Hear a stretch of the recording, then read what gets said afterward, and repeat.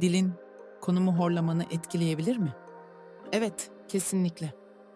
Horlama genellikle dilin ve yumuşak damakların uyku sırasında gevşemesiyle ortaya çıkar. Eğer dilin damağına yaslanırsa hava yolları daha açık kalır ve horlama riski azalır. Bunu sağlamak için basit bir hareket yapabilirsin. Dilini damağına doğru it. Bu, hava akışını düzenler ve daha sessiz bir uyku deneyimi sunar. Unutma, doğru dil pozisyonu sadece horlamayı azaltmakla kalmaz. Aynı zamanda daha kaliteli bir uyku almanı sağlar. Yani sadece bir hareketle fark yaratabilirsin.